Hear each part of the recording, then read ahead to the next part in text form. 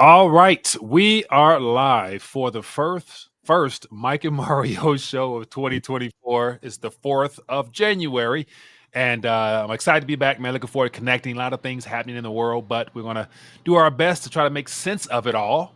But before we dive in any deeper, Mario, how are you doing, my friend? Happy New Year to you. Oh, Happy New Year to you as well, Mike. I'm doing well. Yes, it's started raining here, but I did get 18 holes in this morning. Yeah. It's still cold. I have to wear a lot of stuff and gloves, but it was fun. That's good, man. It's good. It's good. It's good. So we're back on air, man. Excited to connect, and I think we're going to be in for a very interesting year, to say the least. So over here in the West, we have a whole set of issues politically, socially, and there's just so much stuff going on. We'll try to bit by bit dial into it, but yeah, it's going to be interesting, man. But then again, at the end of all this, the importance of precious metals will probably be revealed this year. To where the world might see some very shocking figures and everything in between. And so, yeah, we're going to dive into that. But I want to make sure I welcome everybody Yeah. that's tuning in on Manico 64 as well as Rethinking a Dollar. Welcome. Happy New Year to everybody. And we're going to get to the Q&A portion towards the latter part of the live stream. So make sure you got your thoughts, ideas, suggestions, whatever topics you guys want to touch on, have those ready so we can dive in. And definitely, if you haven't, hit the thumbs up button, show support for the channels. And let's dive in, man. So the debt, global debt is a problem. But then again, the U.S. is kind of leading the way. The figures we have here, I was actually, thinking about this, the ones and zeros that they're creating out of the blue, humanity has never seen in USD terms. Therefore, the solution or whatever they're going to try to do to keep this thing afloat will probably be radical as well. But Mario, what are your thoughts, man, on this 34 trillion and climbing and everything in between? Well, if rates were still near zero, that wouldn't be a problem. The problem is that rates have risen quite a lot. I know bond yields have come off in the last couple of months or so, but I don't think the bear market in bonds and the bull market in yields is over. So it's going to create a problem. And unfortunately, I think a lot of politicians are ignorant about maths, about how the fiat currency system works. And even people on Wall Street and in the city of London, they deal in money every day in the markets, but they're not aware of the nature of money. And I think that's the whole problem. They seem to think just because CPI has come off a little bit that inflation's over, but it's anything but over. And I think that the chart that shows that there's a lot of trouble for the debt. And I know, people have been talking for decades about the debt, but the interest on the debt, if you show that chart, that's Yeah. going through the roof. That's worrying. If you go back, all the way to, I don't know what you're over there, the left side of the chart, but it's like 20 years. It's been pretty steady there around 400 billion. It it actually went up there when Jay Powell started raising rates. And I think it's one of the reasons they had to start doing QE again. But now Yeah. it's totally out of control, that interest expense. Yeah. And one of the things that really stands out is the fact that at the rate at which this is going is becoming somewhat exponential in nature. Therefore, it's just as interest payments as a reflection of the debt that's being taken out. It just goes to show how deeply indebted our government is, and there's no way out. So therefore, the casualties of this fiasco that's unfolding happen to be the holders of the fiat currency, or the AKA the dollar Federal Reserve note system. And so as we were talking before we went live, I was thinking about how governments love to paint circumstances surrounding their agendas as a threat to national security. They'll love to say that, this country, that country, this event, something here is causing it may so we need to protect ourselves. It's a threat to our national security. And I'm thinking, like, at this current moment, well beyond this point, but this year moving forward, the concept of a threat to the individual's financial security will become something that I think more people will be forced to consider. Just because at this current moment, the more that debt goes up, the greater difficulties we experience in life. Cost of living increases, inflation, as you mentioned, and all the things that come with that. Ultimately, the debasement of the currency lead to a diminishing of purchasing power. Therefore, it's going to be unavoidable. It's going to be unable. You're going to be unable to hide that. And then what? So, like right now, the flight to safety has never been more important.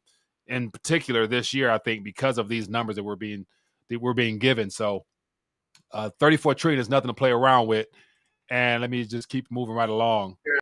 And the Uh, other thing I would say, Mike, Go ahead. is I was reading that article you sent me from Mhm. AP News, and it says here foreign buyers of U.S. debt like China, Japan, South Korea, and European nations have already cut down on their holdings of Treasury notes.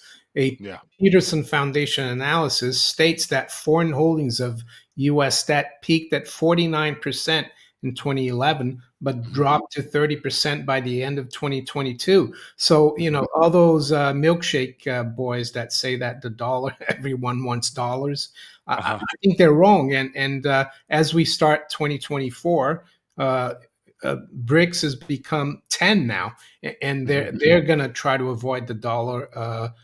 Well, they're gonna only use dollars when they deal with the U.S. Uh, Right. when they deal amongst themselves, they're not going to use dollars, and that 30% is going to drop right at the wrong time. Mhm. Mhm. And we have the up the upcoming treasury issuances to support this current debt load that we've already taken out.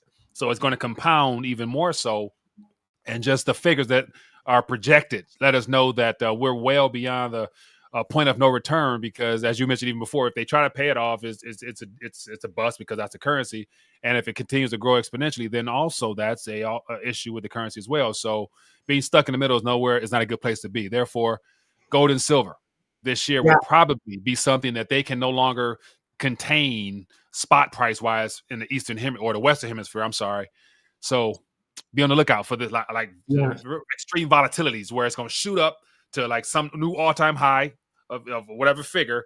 Then the slam down going to be minimal at best. And the other thing, Mike, that makes me pessimistic about the debt situation is that neither political party in the US nor in the UK, we have the same problem in the UK with the debt. Uh, Mhm. they have no clue how to fix this. And when they did try to do something like extreme back in 2022, the market punished them, Liz Truss and Mhm. Kwarteng. They Mhm. try to cut taxes or increase spending without without increasing taxes in order to provide growth. But I think we're too far down the Ponzi scheme, so to speak. And Right. talking about Ponzi scheme, the U.S. stat clock has something interesting that we're Yeah. too far down the Ponzi scheme to fix it.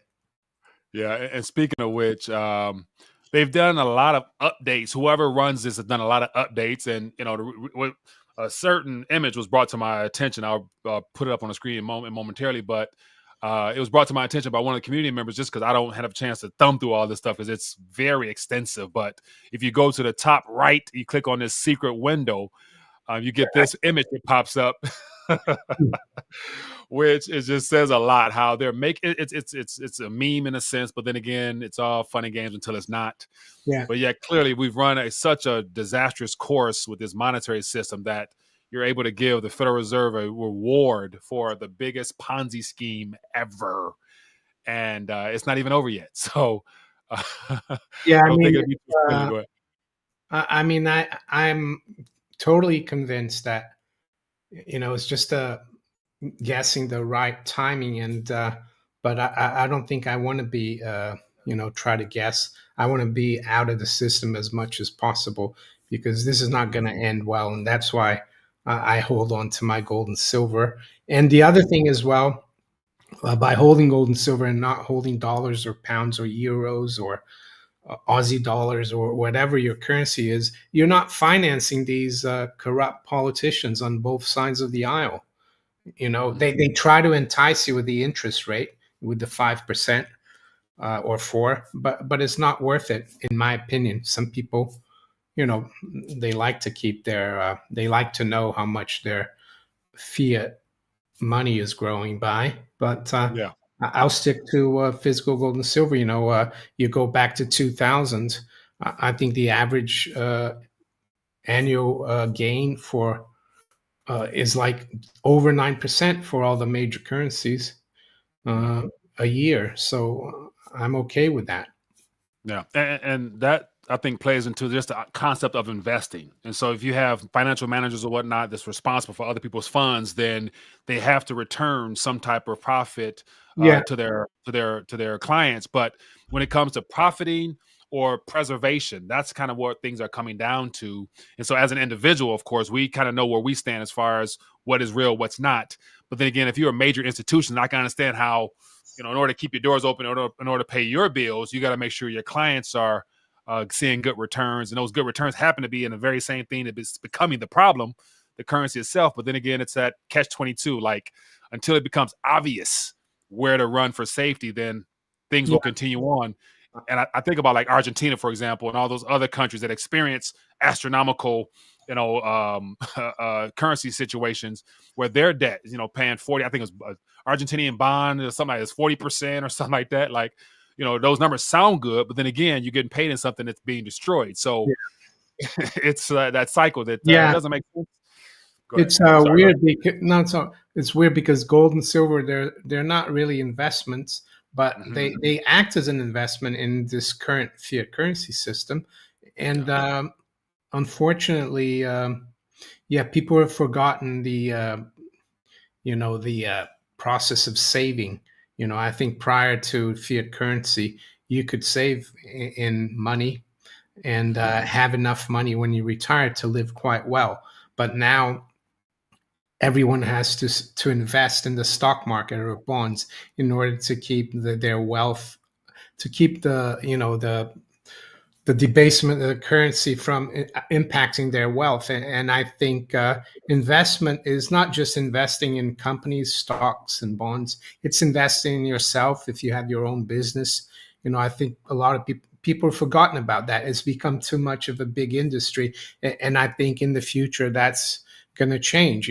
People are going to realize that you need to invest also in yourself or your family, and even with friends, and that you don't have to go public, in the stock market to do well. So yeah, that's how I see it. Hopefully, like you said, gold and silver will come, shine this year, and some people might take that gold and silver and put it into assets that they think are cheap and that they think they can produce more income from. That's the whole trick. Yeah. Yeah. And speaking of like just more signs as to why metals will eventually be revealed as the ultimate safe haven asset, just because it is money in and of itself. But the exponential nature of the debt, I wanted to, because I don't think we talked about it before we went on air, but just at this current trajectory of debt, where we're looking at and where the forecast may take us.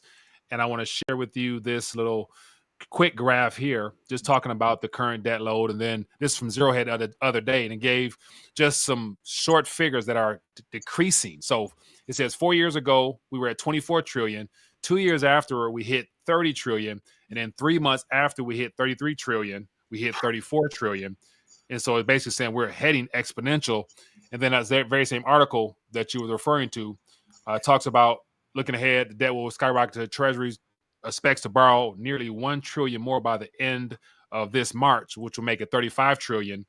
And so you mentioned that, at this current trajectory, every quarter could be a trillion or so. So by the end of Yeah, this year, we could be at 30 was that 37, 38 trillion 38, or yeah. so. And the 38 trillion thing dollars is, by the end of this year. Go ahead. yeah, if the debt grows faster than the the bond yields go down, you know, uh, it won't make much difference. Let's say bond yields go down from 4 to 3.75, but the debt, goes up by 4 trillion. It's not going to make much difference to the treasury. Their interest expense are going to keep going up, and I think that article also mentions that in 2020 they forecast that that would hit 34 trillion in 2029, and here we are Mhm. 5 years earlier. So a lot of these projections as well from the CBO, they do not account for recessions, financial Mhm. crises, or wars. So I think it's going to get, I think from now until 2030, there's going to be a lot of turbulence. Yeah. And speaking of which, so at what point, via either the figures or just looking at the graphs themselves, would we say that the U.S. is possibly on the pathway towards those Weimar Republic? Like I've seen some graphs where people adjusted to make it look like them boys just shooting straight up in red, and so uh, to piggyback on that, I want to share that little visual aid that was at the bottom of that previous graph. But this is just something someone put together. But it says we're still waiting for anyone to explain how this works, and it just shows the U.S. debt literally going like that Weimar type of those figures here, straight up, and then of course GDP here is just mildly, just slowly but surely growing. However, of course, Yeah, you've highlighted how they calculate it and what they use to calculate it, but the divergence there, like just yeah, seeing one going completely up, another one going yeah. mildly. I mean, it's like you having a job and you're earning, let's say, $100,000, and you borrow 1 million, and then 5 years later you're up to 1.5 million borrowing, and your income is only going up to 101,000. Hmm. There's going to be a point where you can't afford that debt anymore, and I Yeah. guess what you can't print, but governments will print. But at Hmm. one point, investors are just going to lose faith and confidence, and that can happen very quickly. It's like the old Hemingway quote: "How did you go broke?" He said, "Gradually, and then, suddenly." Yeah. Let's acknowledge a super chat here. Let me bring this up here. Great question. PM Galleria says, how many can hold on when metal prices and dollars move down or sideways for the next few years while prices of things rise? Peaceful confiscation by hyperstagflation with hyperinflation. Whoa. Yeah, Okay. I think I get this question. Yep. And this has been happening for the last 4 years, you could argue, because gold and silver have gone sideways. Hmm. Uh, Yeah, it's tough, especially if you lose a lot of your income. You might have to sell gold and silver to as an emergency. Yeah, but that's what they're trying to do. They don't want the general public to do well, so they try to keep things going in the fiat world. Hmm. And yeah, that's why gold and silver, a lot of times for years, they don't go anywhere, and all of a sudden they shoot up. And by that Hmm. time, a lot of people have given up. That's how they kind of manage the market or manipulate it, because Yeah. they want people in the fiat, you know, uh, fiat, boiling Yeah. pot of water. They don't want people safe. They want people uh, on the Titanic. They don't want them jumping into the lifeboats. Yeah, and to speak on that further about the current percentage of holders of sound money is so small that if it was a prolonged time of just this continuous, just nothing is happening in the metals markets, I could see how like it further plays into their game of trying to make this thing just extend it as long as they can, just Yeah, because people already don't hold a lot of metals anyway. So by the time the prices are exposed for what they should be, then at that point, like what will their people have left to even try to barter with it or something like that? So that's a good point there to be brought up. So importance of keeping your cash flow as strong as you can so that you won't have to dip into your emergency stash, your insurance on that fiat currency. So that's the trick of the century that I guess we're all going to be introduced to and have to learn how to navigate, because once again, we're in uncharted waters that hasn't the world hasn't seen all at the same time. So you're not alone at that for sure. Um, all right, so let me go. I see a lot of thoughts out there in the chat. Let's keep it moving. Let's get to yeah. some Maybe you could look at that. China right. seems to be inflating things as well. You sent me something about China. Yep, let me grab it. Let me grab it. Okay, yeah. So this is from Mr. Tavi. Let me grab this one and bring it on the screen real quick. So yeah, Tavi posted this today talking about China's debt issue and then of course their balance sheet. basically saying that they're in uncharted waters as well. It says global fiat debasement. It says China's central bank assets have surged by nearly 600 billion in the last 4 months. In yuan terms, this was the largest 4-month increase in the history of the data. The issue of the bloated government's deficit and significant debt is not exclusive to the U.S. It resonates globally. So China is Yeah, having I mean, issues. yeah. Maybe that's why gold has, done well despite the fact that rates are quite high. Mhm. China's printing money, and some people might argue, well, you've been talking about BRICS and their currency. Yes, they might back their trade settlement with gold, but it doesn't mean to say they won't keep inflating. The reason we talk so much about BRICS is because it means that they're not going to hold as many dollars. And I think Right. that's what people in the US and in the UK need to know. Right, right. And to speak about the BRICS and their expansion, to me, what that signals is that an alternative has already been put in place, and that alternative has become even clear. And it's simply them using their currencies amongst themselves as a start. As you mentioned even earlier, the dollar is going to be around. It's not going nowhere. It's still going to be used, but be used less and less. Therefore, the role of local currencies will become that alternative that they will run to. Because if they're doing business amongst themselves, those 10 nations will begin, they're ramping up their trade. They're not using USD no more, most likely. So here's an interesting article here, just talks more about what the Iran has suggested literally days or a day or two or so after having been inducted or introduced as a BRICS member, their aim to use joint currency with other BRIC nations. And unfortunately, even you mentioned it that this came out I think 24 hours ago, and then the next day an unfortunate event occurred within that country.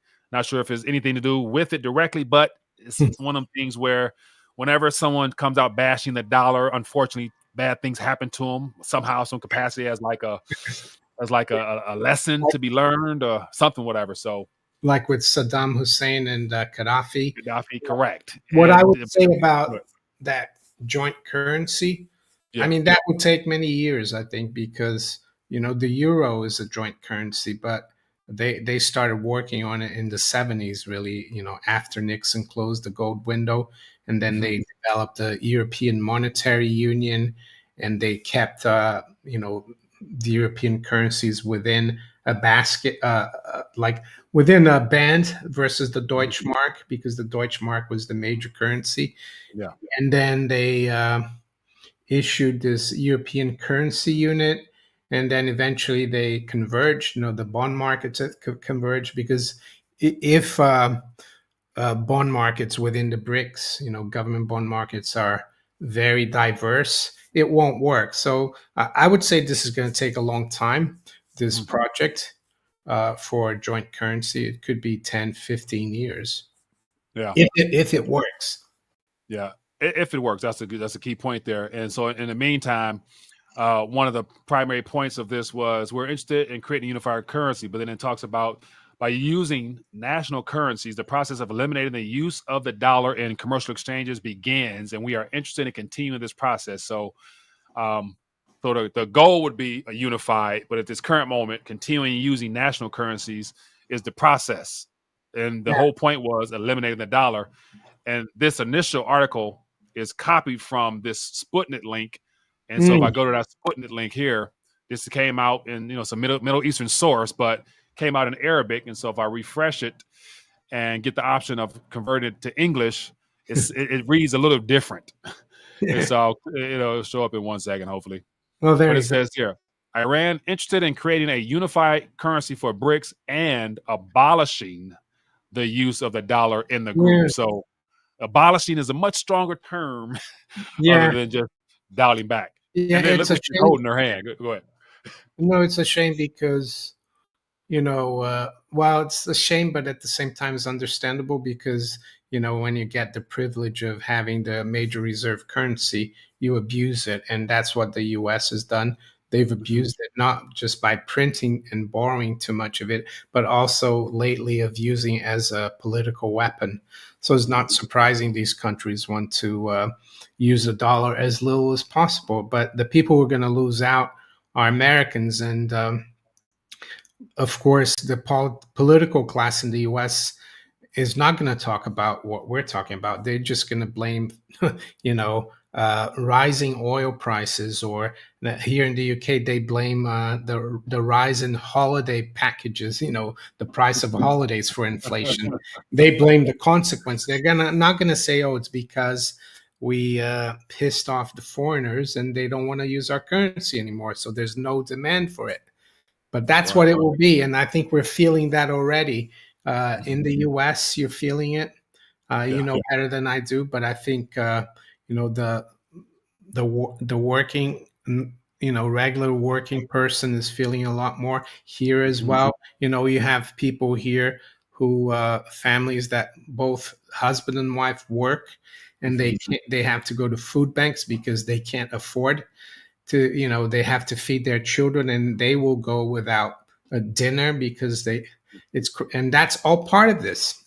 Right, right, and the thing that's real life is what baffles me. Just because I can't wrap my head around it. Just because everybody in my circle and everybody I know, are not talking about how dire things are, but they're noticing that cutting back on certain things. And one of the most outrageous things that it has caught my attention is the amount of complaints that people are not even eating fast food anymore because certain combo meals are closer to $20 now, depending on where you go.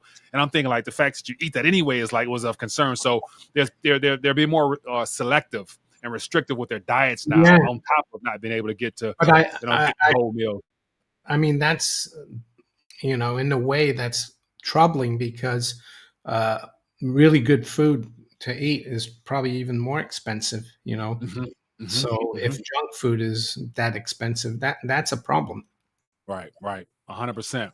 And okay, let's keep it moving right along. Just into more like I just got some articles up here talking about Saudi Arabia, the UAE, Egypt, and Iran formally joined the BRIC. And so now that they're a 10 block union, and one thing that stands out to me is that when I see those countries, I just think oil. I just think like they're literally cornering the oil market on top of all the other things happening in the energy sector. And I just believe that now that this upcoming year or this year, 2024, the controlling chairman or whatever is now going to be back to Russia. So this upcoming event, I think, is going to be in Russia, and I think we talked last year about last August the possibility of there being an announcement of a currency, yada yada yada. Nothing came about from it, but clearly they're making progress towards that. But how do you think, in your opinion, this 10 block union that is heavily oil energy rich, what type of position are they in now as the head honchos in the oil industry when it comes to the whole petrodollar system that is no longer, I think, a real threat. Yeah, definitely. The petrodollar is really going away, and Mhm. it's not only oil that they have.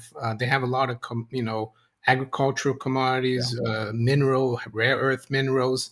So back in the early '70s, the Secretary of the Treasury, John Connolly, he was the guy who rode in the limo with JFK, Mhm. and he said at a meeting of finance ministers, secretary of the treasuries in Rome, he said to his counterparts of the G7, the dollar is our currency, but it's your problem.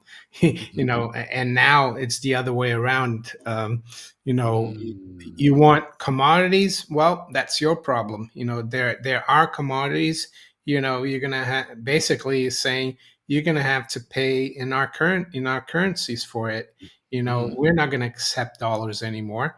So all the basic necessities of life, and also the raw materials to build infrastructure, it's going to become more and more expensive. And with the world globalization really breaking apart, you know, uh, we're going to struggle in the West. Yeah. Ah, man, man, man. Nothing good about Oh, the that. other thing, Yeah. Mike, is Go that ahead. in the West, we're so much into this climate change religion that people don't want to, dig for coal or oil or build Mhm. factories anymore. I don't understand how they expect the West to survive.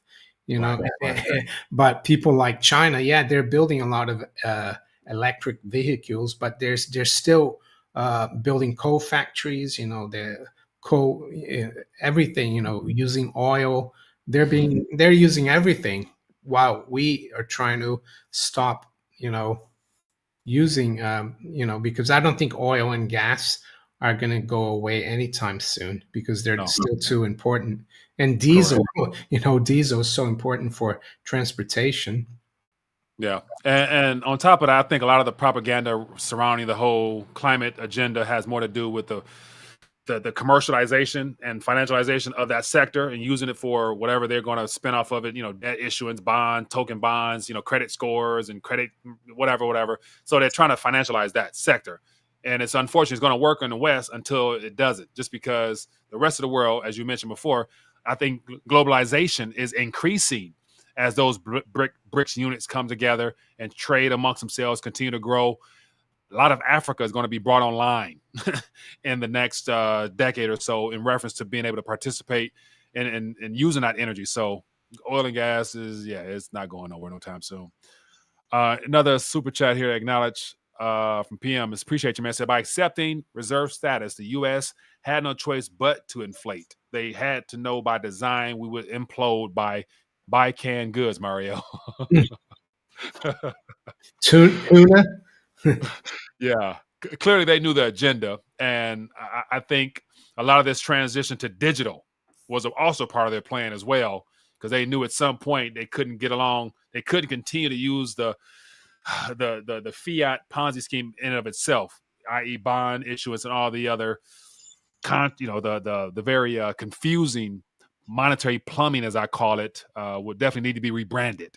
So that's why they're trying to tokenize the equities market, tokenize real estate, tokenize the bond market, so yeah, I'm sure they knew that. They knew what was going on. Okay, what else we got going here? Get to a couple more articles, then we'll open up some questions and thoughts and ideas. I'm curious, Mario.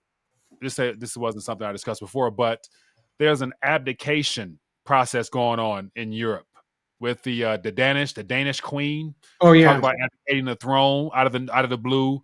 Then there's rumors of King Charles also rumors talking about it. Is that just a Western propaganda media tool, or is it, you I hearing don't anything? know. I saw a guy on Twitter mentioning that, but it's just speculation. I'm not sure. I mean, the Queen of Denmark, she abdicated, I think, because the heir to the throne, her son, was having an affair with another woman. He's married, Uh-huh. that was a problem. So I think she thinks that by abdicating and him becoming king, he'll have to shape up and not stop. I think that's what it was about. Okay, And she okay. was 82 or 83, so it was only Queen Elizabeth who stayed on to almost she was 100.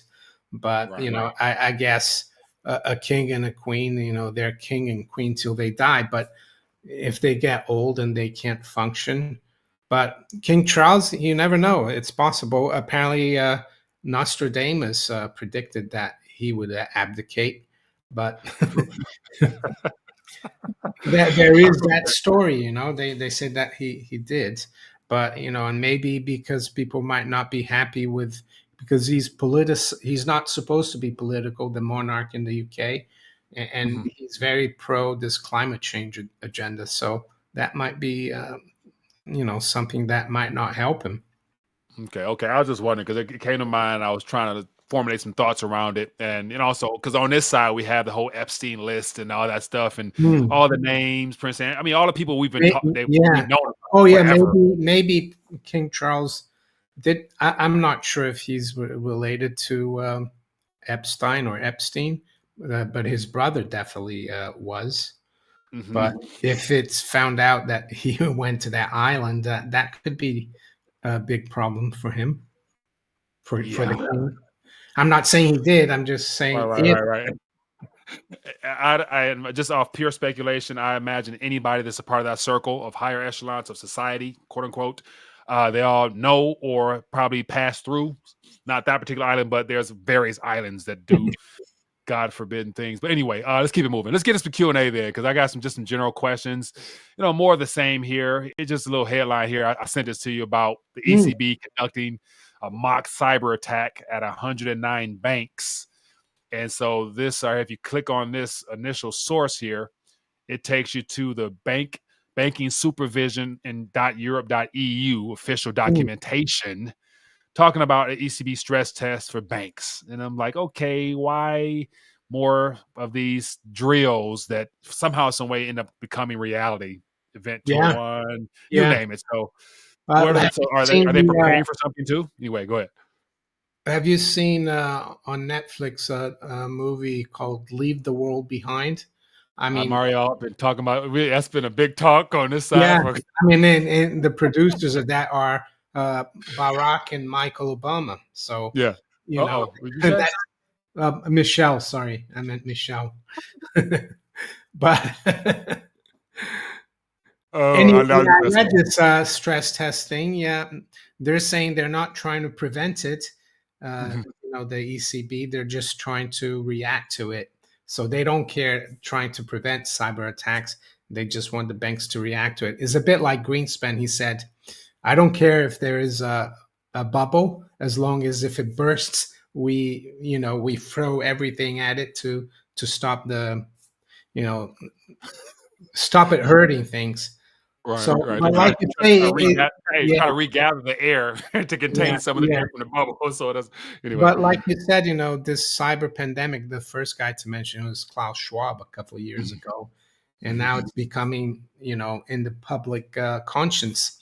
And mhm. to me, it seems like they're going to use that as an excuse. They're going to blame, of course, Mr. Putin because he's so omnipotent, for it. He can do anything he wants.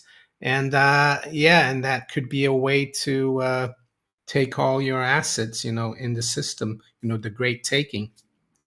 Yeah. So all of these events we talked about, from the unsustainable debt to becoming an exponential problem that is unsolvable, they know that. So clearly they've prepared and made things, laid the foundation for such events as the cyber events and whatever else to come. Of course, war is always on the table. The Middle East is still a hotbed right now. So there's always going to be something to talk about in the form Yeah. of a distraction And Mike, to it's cover up. interesting, isn't it? Because a lot of the people who follow the Bible and like Mhm, Paul Pony, for example, he talks about the Moses and the Red Sea moment. And mhm. it's ironic that now there's a lot of trouble in the Red Sea with the Houthis, in Yemen. And they're Yeah. blocking the whole, apparently 12% of global shipping goes through there. Yeah. And someone put a map of the world where they show ships going, I and saw it. there's no ships going through there.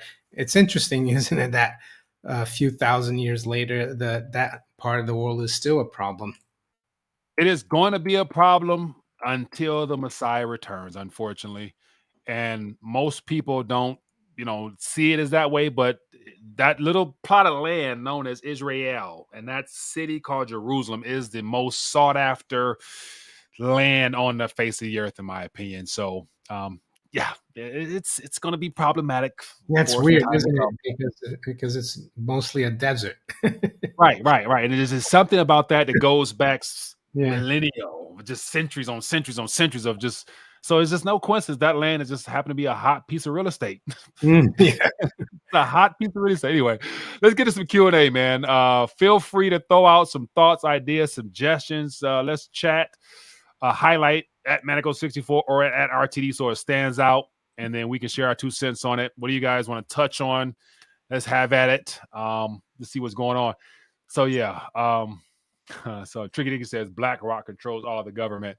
So there's of course another interesting distraction out here in the monetary financial world is the whole BlackRock Bitcoin ETF and the Yeah. SEC having several meetings with all the applicants over the last couple of days. And I guess tomorrow there's like speculation that there's going to be an announcement. And so, man, people, man, just Dutch uh, Libertarian has a question. How yeah, who's much that? is there a way to calculate how much silver and gold we need for the upcoming event? Well, I think it depends on your circumstance and how you live. You know, if you're a jet setter, profligate, you're going to need a lot of it. If you live within your means, you know, you're going to need less. It's just simple. It's just like asking how much money am I going to need, you know, to survive the troubled times. That's the way I look at it. But there's no equation or calculation. What do you think? There's nothing official. I've been pondering this for quite some time now. And because I look at gold and silver as an insurance policy, I look at it similar to owning your home insurance, homeowners and policy, to where you pay a certain premium annually, or however you got to set up. But then again, the coverage is for like 10 times your to replace your house if it's burnt down. So say $300,000 house, they'll give you how many, or the figures using the insurance game for housing is something I've played around with in relation to the quantity of gold in comparison to silver. So gold you'll need less of because of it dollar term wise costing more, whereas you'll need more ounceage in silver because of it not being Yeah. worth it like dollar terms. So if the gold to silver ratio was to go back to its norm of 1 to 15 ish, then calculating the amount of gold you would need would be less than silver. And if it went to 1 to 1, then at that point, silver would be that much more favorable on just replacing your lifestyle in general, as Mm, far as your day-to-day expenditure. So those yeah. are just things I play around with, but no exact number because everybody's situation is different. But I just look at, having, say, if you had 10 ounces of gold would serve you very well in comparison to, say, what, 1,000 ounces of silver or something like that. Playing with some figures Yeah. on just basic stuff. Yeah. So There's another question from MJQ at Monaco 64. If central banks are accumulating large sums of gold, where are they getting it from? Well, I think they're getting it from some other central banks that might be selling a bit. But net central banks are buying more than they're selling. They could be getting it from people who, like retail investors who have, maybe bought it at 1,400 or 1,500, and now they want to cash in. People, who might need it for an emergency, mhm, they can be buying as well from the big gold producers. They, like Newmont, Barrick, and others. mhm. So that's who they're buying it from, in my opinion. Have you got any other views, Mike? I was actually reading something else. Forgive me. Yeah. Assuming accumulating large amounts of gold, where are they getting it from? Yeah, that's a great point there. And I'd imagine, uh, because we don't know the official amount of gold that's already above ground that has been in vaults for centuries. A lot of the we'll never get the true figure. So where is the most recent um, metals coming from? I would also mention a lot of the companies you referenced, the miners you mentioned, and also like the continent of Africa is untapped in comparison Good to point. what's like And yeah, reachable. Like it's a yeah, lot of reachable gold in Africa right now and that there's a China has. lot. Yeah, there's a lot of artisanal miners. Just one man, two man bands. Getting gold out of the rivers in Africa.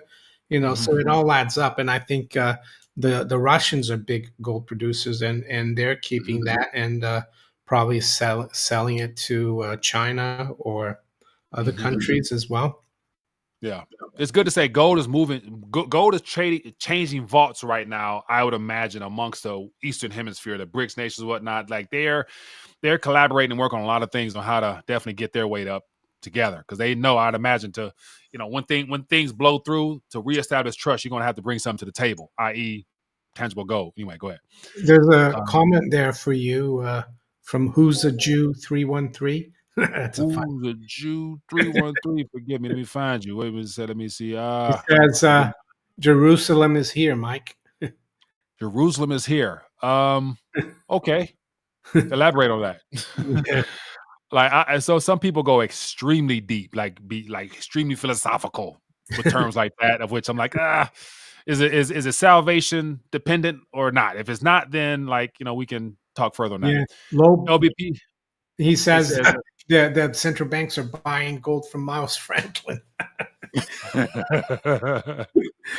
Andy Shackman. Yeah, he's busy now, man. He's out there big time, big Yeah, time. he's been with Bo Pony a few times, which is interesting. Yeah, yeah, I hear that. Like he's really, hounding the brick situation and precious metals. So hey, more power to him. LBP says, "Why is everyone calling for a housing crash? Never happens during hyperinflation." Mm, good point there. I think it has to do with especially here in America, like how the sudden change in geographical location because of the health situations where the shift around the country, certain prices shot up because people leaving California. So you got the distortions in the extremely liberal states comparison to people running to the more conservative states, causing price fluctuations on top of just the the the the alleged what you call it, not the miners, but the home builders reports out here of how the debt load is becoming problematic for builders, so they're needing to they need to sell more houses and having issues raising debt for building new houses. So you got all those factors in there, which makes the housing market appear to be very unstable. Because at this current moment, depending on where you're moving to, it's not affordable for your average person. So that's why I would attribute that to the whole idea of a housing crash, more so corrections, Mm. throughout the country, certain spots. Um, there's a question from RB. That's an interesting question here. All right, let me grab it. Go ahead. Okay, forgive me, Mario. It says, "Hey, Mario, buy gold or pay off 2% fixed rate mortgage only. 60K left. Thanks." Yeah, I mean, if you already have gold, I would say, and silver, and you've got a mortgage that's fixed at 2%, I think that's pretty good to keep that because you're actually getting paid, on that mortgage rate because with inflation a lot higher, it's riding off your debt. Um, and if you're comfortable with being able to service that mortgage, I would keep it. But also try to buy some more gold and silver at the same time. What do you think, Good Mike? point. I would agree. Like if you're locked in at something favorable as a 2%, I would definitely and that's the whole, people say, like some people want to run up debt, but then again, if you already have things out and it's fixed and you ain't gonna have to worry about it, I would just focus on more so accumulating metals as best I can, and also trying to start other ventures that might increase your cash flow even more. So let the debt erode itself away, just because they're going to inflate it away. So Mm. I wouldn't take my energy and time to try to pay down something that I know that they're going to continue to run to the races with. So that's just my 2 cents. I had a thought. What my I forgot what it was. What else we got here? It says Tri Legend says, "Why not premium silver coins? Now there doesn't seem to be premiums now." Um, yeah, like what's the premiums looking like in your neck of the woods? Like I noticed that they have come down slightly on our side. Not sure exactly why, but Yeah, I mean they have come off a bit. They fluctuate premiums. So yeah, I think maybe because I think retail is selling. Especially here, what I hear from gold investments, for example, a lot of people have been selling their gold. Um, is that a bad sign? I don't think so because usually retail people buy when it's too high and they sell when it's too low. And I think maybe that's why the premiums are coming off. Maybe people are tired of holding on, to gold and silver and they're selling more of it. yeah, It's only the die-hard, stackers like you and I and others that are holding on to it. But I think they'll be sorry, for it. Unless they, of course, have an emergency and they need to do it. right. In that case, Brett says, "Where's Mario? You in the Here. UK? Oh, In in the the UK?" UK, London, yeah. What else here? Any other questions? It says about a mortgage. What if the great taking happens and you can't just pay off your mortgage? Will you lose your house? What if banks are closed? Can you pay your mortgage with cash? How would it work? Well, We don't go ahead. the guy who wrote the book, he said, if you have, even if you have a small mortgage, they could take your house. Um, under a Property great tax. under a great taking scenario. Hmm. Yeah, so that's why I paid off my mortgage when I could. Hmm. I know that in this current system, having debt, long term, if you can keep it, is a good way to leverage and to get more capital gains. But you got to be careful. It's a two edged. It's a tricky thing Right. because if that's what he said, if your house doesn't have a mortgage, you don't have to worry about anything. But if it does have a mortgage and they do a great taking scenario, yeah, they could. BlackRock or your lender could come and confiscate it. Right. And then also factor in whether you have the debt or not locally, like you have to pay your property taxes. So, and all the other eventual taxes that might come about. So if you don't pay those, then ultimately you're going to Yeah, forfeit ownership of that property as well. yeah, So unfortunately, you'll never really own anything in this life. You only get to use it. But then again, you want to have that sense of security that you can at least yeah, not have it taken from you right. directly. In But then the again, in the midst of a chaos, the law, just yeah, like trusting your government to stick with the law that's designed to protect you is not going to be too likely. Yeah, here in the UK it might be a little different. I mean, in the US they can repossess your home. I'm Hmm. not sure they can do that here. What the rules are, it might be a little different. So it Yeah, might not impact people as much. A great taking, but yeah, don't take my. Do your research.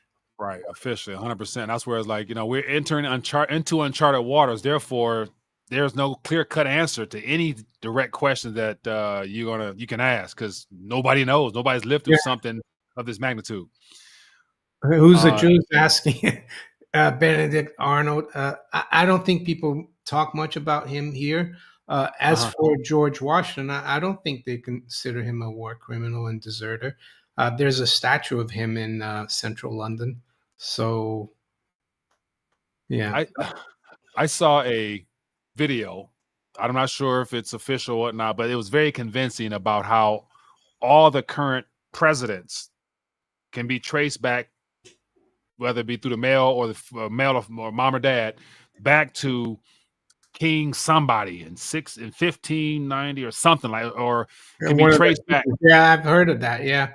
And I so, went to sorry to interrupt you. I but went to the Bank of England museum. There's a mhm, museum at the Bank of England a few mhm, years ago, and there was a letter in a frame, old letter, and mhm, it was a letter to George Washington, uh, notifying him of a dividend that he got from. He was a shareholder of the Bank of England, and the reason why he was a shareholder is that his wife. Uh, Martha Washington, she was mhm, married to Custis and she became a widow. mhm, And then uh, when George Washington married her, he took over all her property. And her husband had shares at the Bank of England. So he also had, he became the owner of those shares. So yeah, it's interesting that George Washington was getting paid a dividend by the Bank of England. I'm not sure if it was during the Revolutionary War or before. I mhm. didn't check the date, but maybe I should go there again and check. But yeah, no, George Washington, the English don't. I think they don't consider you know the um, the Benjamin Franklin, Washington, or Jefferson war criminals. They're just you know yeah. Yeah, and that's they're just yeah, like just There were that revolutionaries that they won the war fair and square, and that's it. yeah. There's a Treaty of Paris, I think, 1783, isn't it? So We have a war criminal in Britain. Oh yeah, that too. You could add also Boris Johnson to that because he Oh, stopped the Russians from and the Ukrainians. They're going to negotiate a peace in April of mhm, 2022, and he mhm. flew to Ukraine to tell Zelensky not to do it. Yep, So we you don't could argue, that the hundreds of thousands of people that have died since then, it's because of Boris Johnson as well. yeah. It's unfortunate that in the midst of all this monetary chaos, governments can't afford peace. Peace costs them too much, so they need Yeah, chaos. yeah, and it's good business for the big corporations. They're which are their backers and supporters for their Mm, reelection you processes. scratch So my back, and I'll scratch yours. exactly. When I'm done, I'll just join a board and be a consultant Oh and yeah, get extra, or get I'll paid make, more, and I'll write a or, book. or like Boris Johnson, he'll make speeches and for half an hour and make $300,000. Hey, I guess it's a great trade-off if you're in that line of work. Hey, criminal, man. But that's the world we're living in. All right, we have 55 minutes. Mario, I don't see any more questions. Let's get ready to dial back. So we're first month of 2024. Just looking ahead, first thoughts come to your mind. What do you anticipate? What are you expecting? Yeah, What will the world should be looking out for this upcoming year? Let's just do some early projections. I think the markets and investors are too complacent about rising prices and interest rates. I think uh, a lot of people on Wall Street expect interest rates to go down a lot more than they will. Mhm, And I guess tomorrow as well, we're going to have the first big non-farm payroll or jobs data. mhm. So that's going to be interesting to see. Yeah. If it's a really weak number, it could, yeah, it could set things off a little bit. But I think the only certainty that we have, and I've said that before, is that they're going to keep trying to inflate away, and Mhm. that's why you have to have a little bit of hard assets and gold and silver, especially. Yeah, I agree. I think for some reason, like March time frame, we got the BTF, BTPS, BTF. BTF, Yeah, BTFP. correct. That situation, whether they extend it, rebrand it, kick the can down the road, which is going to expose more of how problematic, is the problems that are happening within the banking sector. And on top of that, just a regular treasury issuance moving forward, like it's going to continue to grow. Then again, like the world won't be showing up. So how will they cover that up? So it's just more things I think will definitely Yeah, keep our attention. yeah, So and I mean, I don't know if you've seen this. Back in 2020, the IMF, I think it was the IMF or the World Bank, one of those, they published this COVID preparedness program, and they said it was going to start in March 2020 and in the end in April 2025. So I think, yeah, not only. Are we going to see topsy turvy interest rates? But I think we could see some other kind of crisis, a cyber pandemic. That seems to be the next one. yeah, yeah. So we'll always have something to talk about. But hey man, I thank everybody for tuning in to a Thursday edition. Didn't do Friday just due to schedule, to whatever. But yeah, happy New Year, everybody. Hope everyone had a great transition to this new year. Wishing you blessings and prosperity and everything in between. Continue to keep your ears open, eyes attentive to things in front of you. Stay prayed up and enjoy the process. Enjoy life, man. Because if you're still breathing, then therefore there's something for you to accomplish in this life. So let's get it done this year, people. Yeah. Uh, all right, man. Well, everybody be blessed, be safe. We'll see you guys later. Peace.